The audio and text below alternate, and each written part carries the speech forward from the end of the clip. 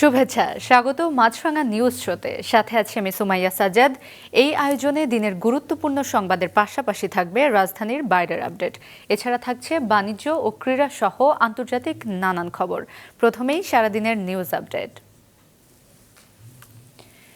ডাকসু নির্বাচনে ইসলামী ছাত্র শিবির সমর্থিত ঐক্যবদ্ধ শিক্ষার্থী জোট জিতেছে। কেন্দ্রীয় সংসদের ২৮টি পদের মধ্যে ভিপি এবং জিএস সহ ২৩টি পদ তাদের দখলে। আজ সকালে ভোটের ফল ঘোষণা করে নির্বাচন কমিশন। ভিপি পদে সাদিক কায়েম পেয়েছেন ১৪,০৪২ ভোট। তার নিকটতম প্রতিদ্বন্দ্বী ছাত্রদল সমর্থিত প্যানেলের আবিদুল ইসলাম খান পেয়েছেন ৫,৭০৮ ভোট। স্বতন্ত্র প্রার্থী শামীম হোসেন ৩,৮৮৩ ভোট পেয়ে তৃতীয় এবং জুলাই আন্দোলনের অন্যতম নেত্রী উমামা ফাতেমা ৩,৩৮৯ ভোট পেয়ে চতুর্থ হয়েছেন। জিএস পদে বিজয়ী শিবির সমর্থিত এস.এম. ফরহাদ পেয়েছেন ১০,৭৯৪ ভোট। তার নিকটতম প্রতিদ্বন্দ্বী ছাত্রদল সমর্থিত শেখ তানভীর বারী হামিম ৫,২৮৩ ভোট। প্রতিরোধ পর্ষদের মেঘ মল্লার বসু ৪,৯৪৯ ভোট পেয়ে তৃতীয় হয়েছেন। এজিএস পদে নির্বাচিত হয়েছেন ছাত্র শিবির সমর্থিত মহিউদ্দিন খান। তিনি মোট ১১,৭৭২ ভোট পেয়েছেন। তার নিকটতম প্রতিদ্বন্দ্বী ছাত্রদলের তানভীর আল হাদি মায়েদ পেয়েছেন ৫,০৬৪ ভোট। গণতান্ত্রিক ছাত্র সংসদের আশরেফা খাতুন ৯০০ ভোট পেয়েছেন। ডাকসু হল সংসদ নির্বাচনের পরিবেশ সুষ্ঠু ছিল বলে মনে করছেন ঢাকা বিশ্ববিদ্যালয়ের শিক্ষার্থীরা। তবে সংসদে ছাত্র শিবিরের আধিক্য থাকায় ফলাফল নিয়ে মিশ্র প্রতিক্রিয়া জানিয়েছেন তারা।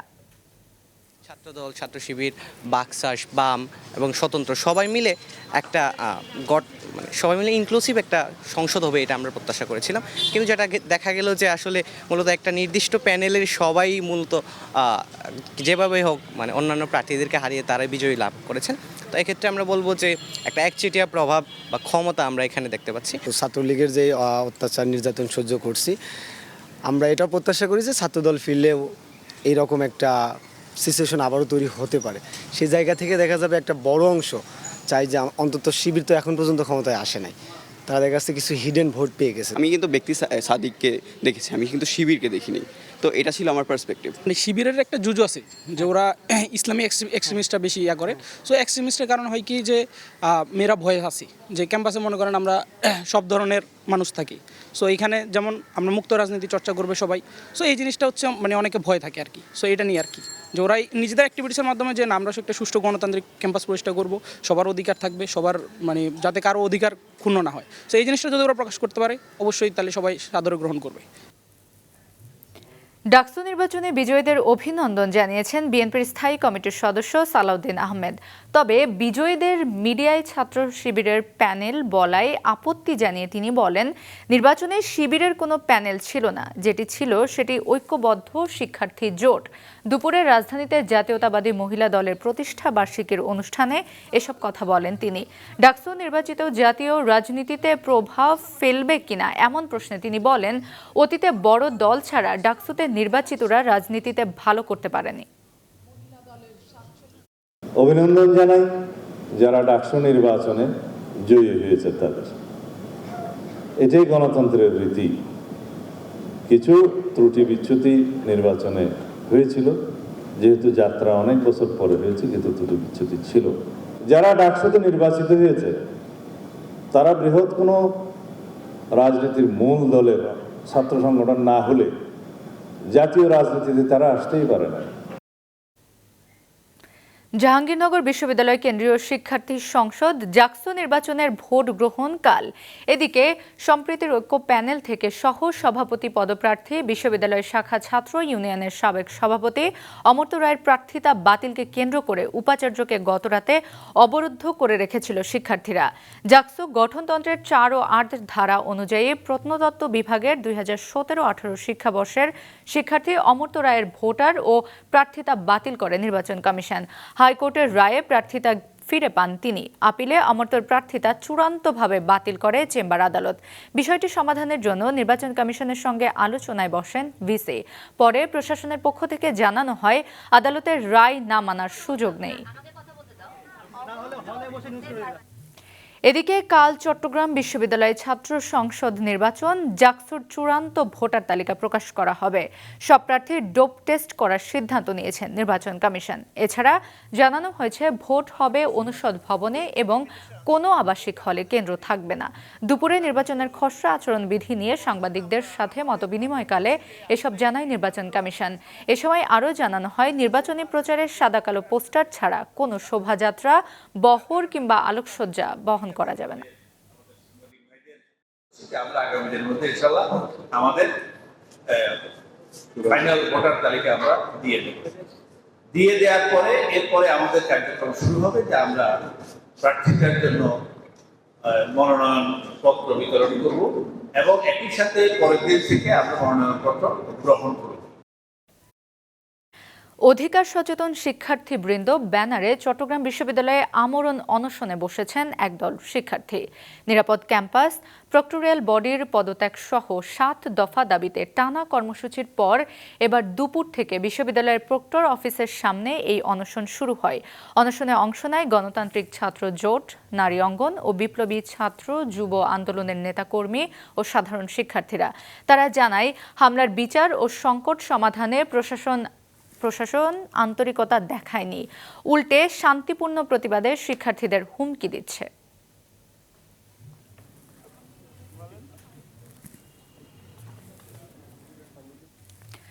সংসদীয় আসন বহালের দাবিতে ফরিদপুরে অনির্দিষ্টকালের ও বাগেরহাটে 48 ঘণ্টা হরতাল চলছে।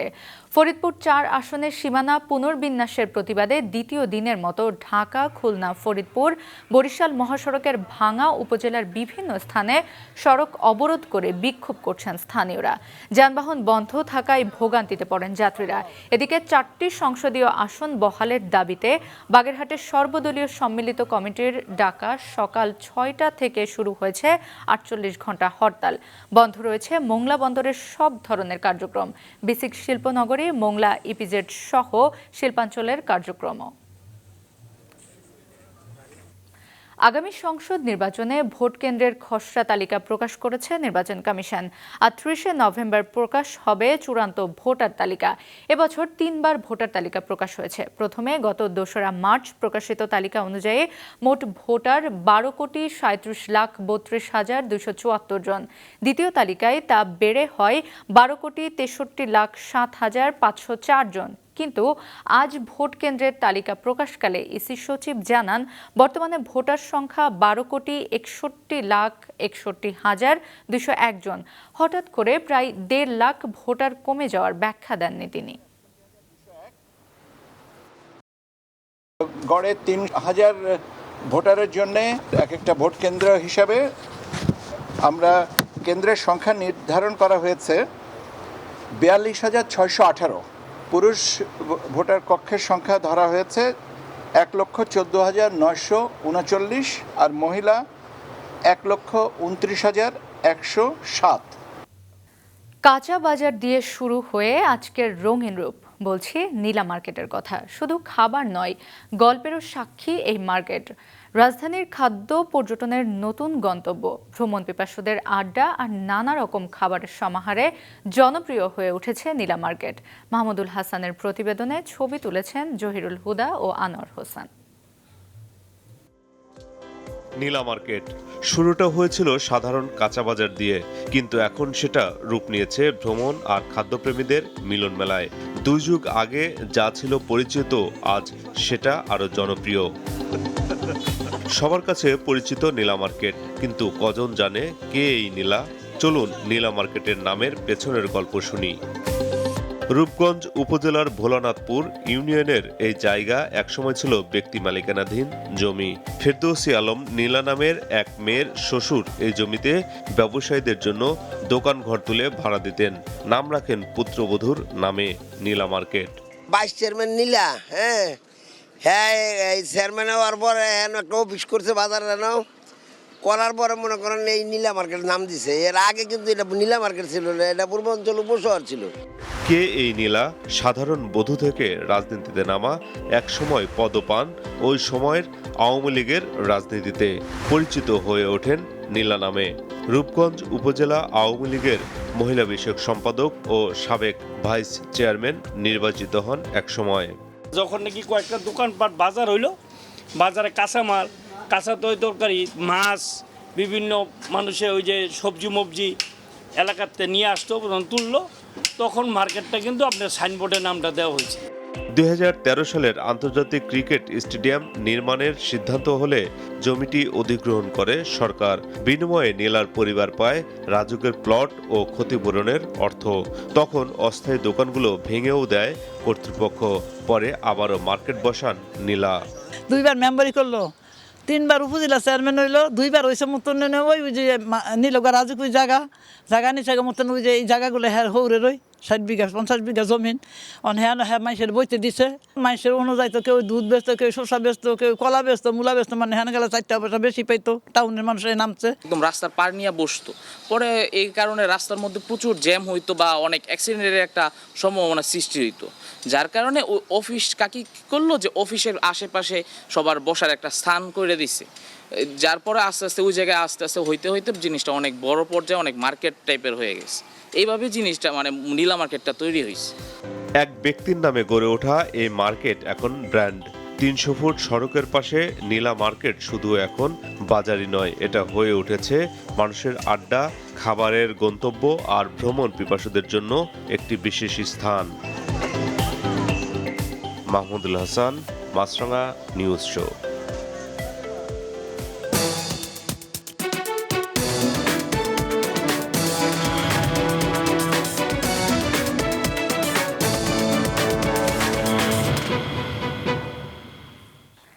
দেশের বাজারে আবারও রেকর্ড ছাড়িয়েছে স্বর্ণের দাম। ভরি প্রতি দর উঠেছে প্রায় 1,86,000। মাত্র এক সপ্তাহে 4 দফায় দাম বেড়েছে 10,000 টাকার বেশি। দরের এমন ঊর্ধ্বগতিতে স্বর্ণের বেচা বিক্রি নেমেছে তলানিতে। রাজধানীর বায়তুল মোকাররম মার্কেটের মানিক জুয়েলার্সে মাত্র একজন ক্রেতার দেখা মিলেছে সারাদিনে। তাই বিক্রয় কর্মীদের এমন উৎসাহ তাকে ঘিরে। গেল প্রায় 1 বছর ধরে এমন ক্রেতা শূন্যতায় দোকানটি। যাদের বিশেষ প্রয়োজন তারা আসে, আর নইলে তো কেউ আসে সারাদিন বসে থাকে, 2-1 কাস্টমার আসে। একই অবস্থা এই মার্কেটের প্রায় সব দোকানের। বাংলাদেশ জুয়েলারি সমিতির হিসাবে বছর 2 আগেও এই স্বর্ণের মার্কেটটিতে শত কোটি টাকার বেচাকেনা হতো প্রতি মাসে। এখন তা নেমেছে অর্ধেকে স্বর্ণের উচ্চ দামের কারণে। যেমন আগে আপনার 1 লাখের দেখা যেত, 1 লাখ ভরি হলে স্বর্ণ আপনার 4 আনা স্বর্ণ পাওয়া যাইতো, এখন ভরি হয়ে গেছে 2 লাখ। খাওয়াটা খাবে না, স্বর্ণ কিনবে না, কারণ এটা তো আর প্রসাধনের জিনিস। এখন মানুষের যা প্রয়োজন সে একান্ত প্রয়োজন, মানে একমাত্র ওরাই আসে।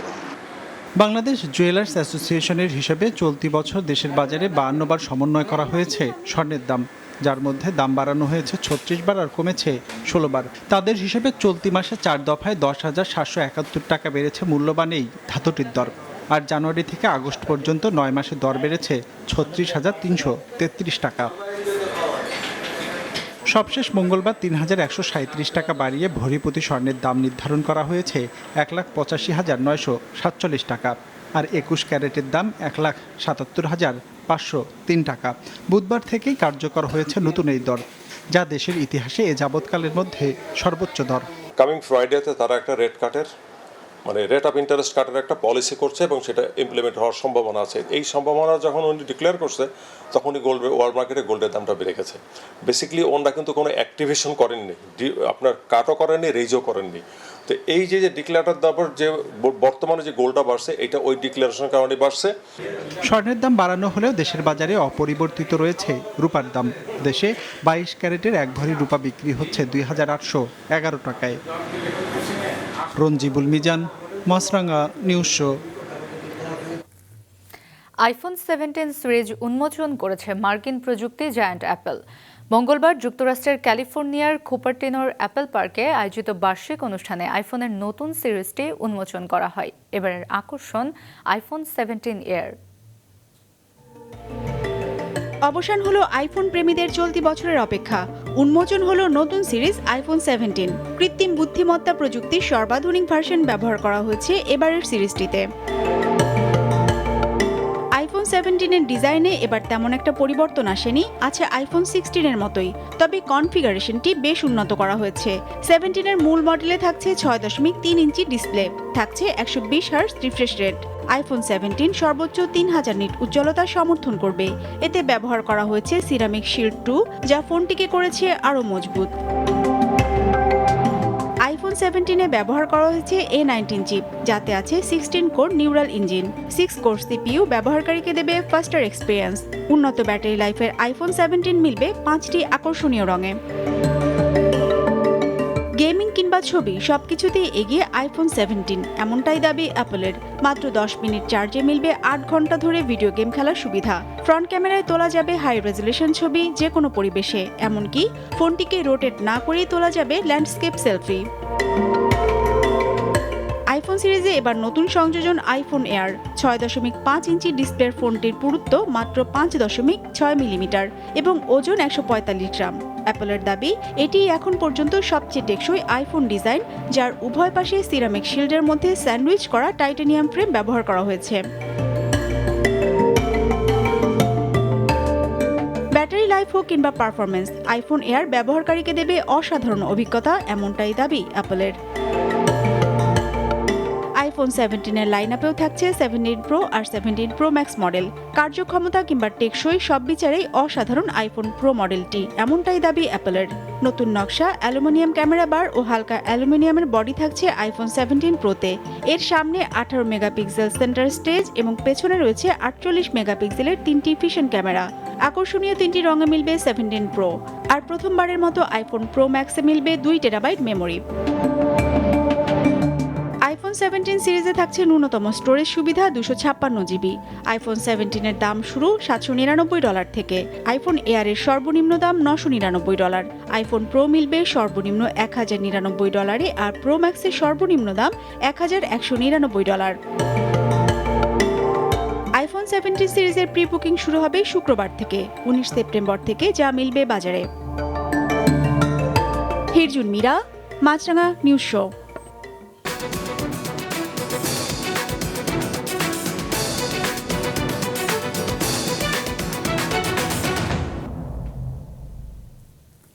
নেপালে 2008 সাল থেকে এখন পর্যন্ত 13টি সরকারের কেউই 5 বছর মেয়াদ পূরণ করতে পারেনি। এর ধারাবাহিকতায় দুর্নীতির বিরুদ্ধে 2 দিনের ছাত্র যুবকদের আন্দোলন ও প্রায় 30 জনের প্রাণহানির পর ক্ষমতা ছাড়েন রাষ্ট্রপতি ও প্রধানমন্ত্রী। রাজনৈতিক শূন্যতার কারণে নেপালের দায়িত্ব নেওয়ার পর দেশটির সেনাপ্রধান বিক্ষোভকারীদের সংকট নিরসনে আলোচনায় বসার আহ্বান জানিয়েছেন। জাতীয় ও ভৌগোলিক অখণ্ডতা রক্ষায় সেনাবাহিনী প্রতিশ্রুতিবদ্ধ। বিক্ষোভে ব্যাপক প্রাণহানি ও সম্পদের ক্ষতি হয়েছে। এ অবস্থায় বিক্ষোভকারীদের সংযম প্রদর্শন করতে হবে। আইন শৃঙ্খলা পরিস্থিতি স্বাভাবিক করতে জারি করা হয়েছে কারফিউ। সেনা সদস্যরা রাজধানীর রাস্তায় রাস্তায় টহল দিচ্ছে। বিশৃঙ্খল পরিস্থিতিতে দেশটির জেলগুলিতে ছড়ায় বিদ্রোহের আগুন। কারারক্ষীদের সাথে বন্দীদের বাঁধে সংঘর্ষ। এতে গুলিবিদ্ধ হন 5 জন কয়েদি। এর মধ্যে জেল ভেঙে পালিয়ে গেছে প্রায় 1500 কয়েদি। সরকার পতনের পরেও জনরোষ কমেনি। দেশটির নেতারা এখনও নিখোঁজ। এদিকে নেপালে সংঘর্ষ অব্যাহত থাকায় সীমান্তে নিরাপত্তা জোরদার করেছে ভারত। প্রধানমন্ত্রী নরেন্দ্র মোদী এই পরিস্থিতিকে হার্ট রেন্ডিং বলে উল্লেখ করেছেন। আসিফ আল আমিন, মাছরাঙা নিউজ শো।